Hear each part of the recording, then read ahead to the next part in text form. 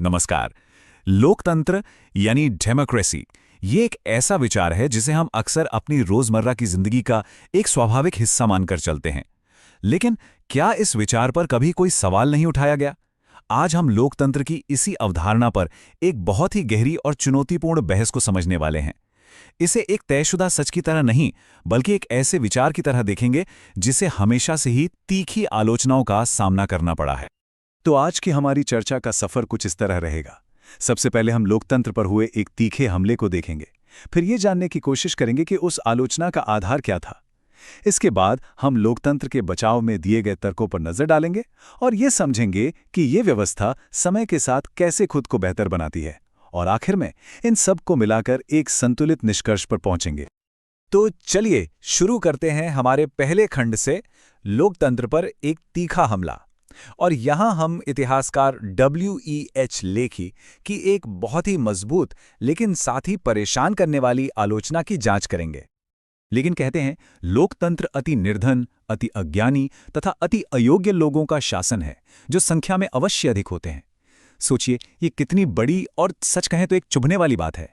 ये कथन सीधे सीधे बहुमत के शासन के सिद्धांत पर ही हमला कर देता है। ये उस बहुमत की काबिलियत पर ही सवालिया निशान लगाता है जिस पर लोकतंत्र की पूरी इमारत खड़ी है। तो सवाल ये उठता है कि लेखी के इस डर की जड़ क्या थी? आखिर उन्होंने लोकतंत्र में ऐसा क्या देखा जिसने उन्हें ये कहने पर मजबूर कर दिया? चलिए अब इस आलोचना के आधार को समझते हैं, जिसे अक्सर भीड़तंत्र या मॉबोक्रेसी का डर भी कहा जाता है। देखिए, लेस्की का जो मूल तर्क है वो कई परतों में सामने आता है। उनका कहना था कि लोकतंत्र का आधार ही बहुमत का शासन है, और समाज में ज्यादातर मामलों में बहुमत में गरीब, कम पढ़े लिखे और राजनीतिक रूप से अनुभवहीन लोग होते हैं। इसलिए ये समूह शायद देश के लिए समझदारी भरे और दूर की सोच वाले फैसले लेने में सक्षम ना हो। और इसका नतीजा क्या होगा?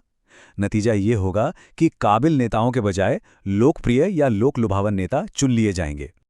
और यहीं पर लेखी के हिसाब से लोकतंत्र का सबसे बड़ा खतरा छिपा है।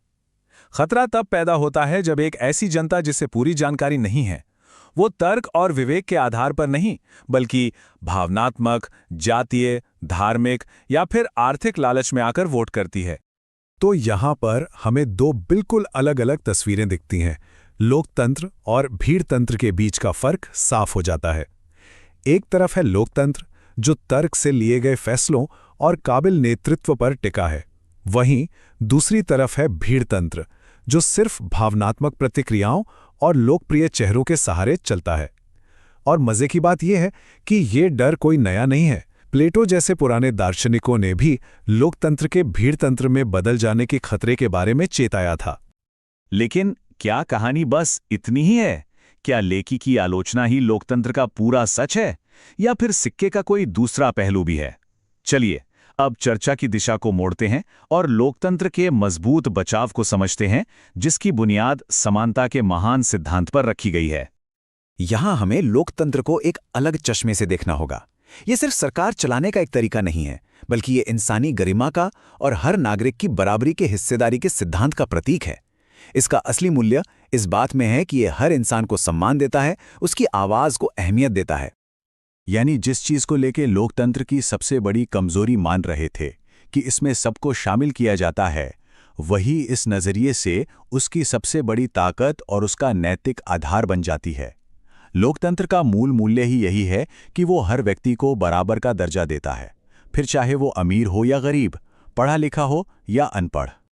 तो ठीक है, ये तो हुई सिद्धांत की बात, पर असल में ये काम कैसे करता है? लोकतंत्र कोई रुकी हुई व्यवस्था नहीं है। ये एक ऐसी गतिशील प्रणाली है जिसमें समय के साथ सीखने, बदलने और खुद को सुधारने की अद्भुत क्षमता होती है।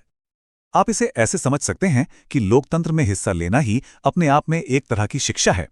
वोट देना, बहस मुबाहिसों में शामिल होना, अपने अधिकारों के लिए आवाज उठाना, ये सारी प्रक्रियाएं नागरिकों को शिक्षा, जागरूकता और सीधे अनुभव के जरिए राजनीतिक रूप से समझदार बनाती हैं।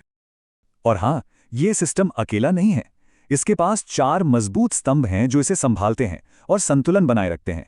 लोकतांत्रिक संस्थाएं जैसे कि न्यायपालिका और चुनाव आयोग, स्वतंत्र मीडिया, शिक्षा व्यवस्था और एक जागरूक नागरिक समाज यानी सिविल सोसाइटी, ये चारों मिलकर उन कमजोरियों से लड़ते हैं जिनकी तरफ लेखी ने इशारा किया था, और सिस्टम में स्थिरता और तर्क को बनाए रखते हैं। तो अब तक हमने सिक्के के दोनों पहलू देखे, एक तरफ तीखी आलोचना, दूसरी तरफ मजबूत बचाव। चलिए अब इन दोनों धागों को जोड़कर एक संतुलित तस्वीर बनाने की कोशिश करते हैं। सबसे पहली बात तो ये कि लेकी की आलोचना को हम पूरी तरह खारिज नहीं कर सकते।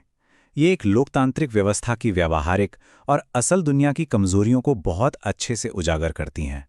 उनकी चिंताएं एक चेतावनी की तरह हैं जो हमें याद दिलाती हैं कि लोकतंत्र कोई आदर्श व्यवस्था नहीं है और इसे लगातार देखभाल और सतर्कता की जरूरत होती है।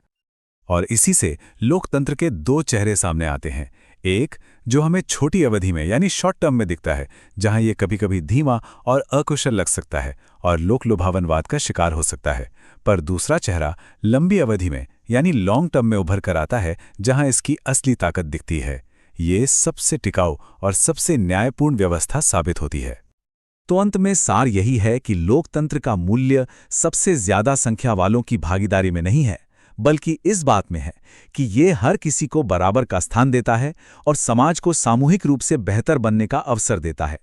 इसका अंतिम लक्ष्य यही है, अपने सभी लोगों की उन्नति करना और उन्हें बराबरी का दर्जा देना। और ये हमें एक अंतिम और शायद सबसे महत्वपूर्ण सवाल पर लाकर खड़ा कर देता है। लोकतंत्र की इन कमजोरियां को जानते हुए इसे और बेहतर बनाने में हमारी क्या भूमिका है? ये सवाल सिर्फ अकादमिक नहीं है, बल्कि हम सभी के नागरिक कर्तव्य से जुड़ा है। इस पर विचार जरूर कीजिएगा।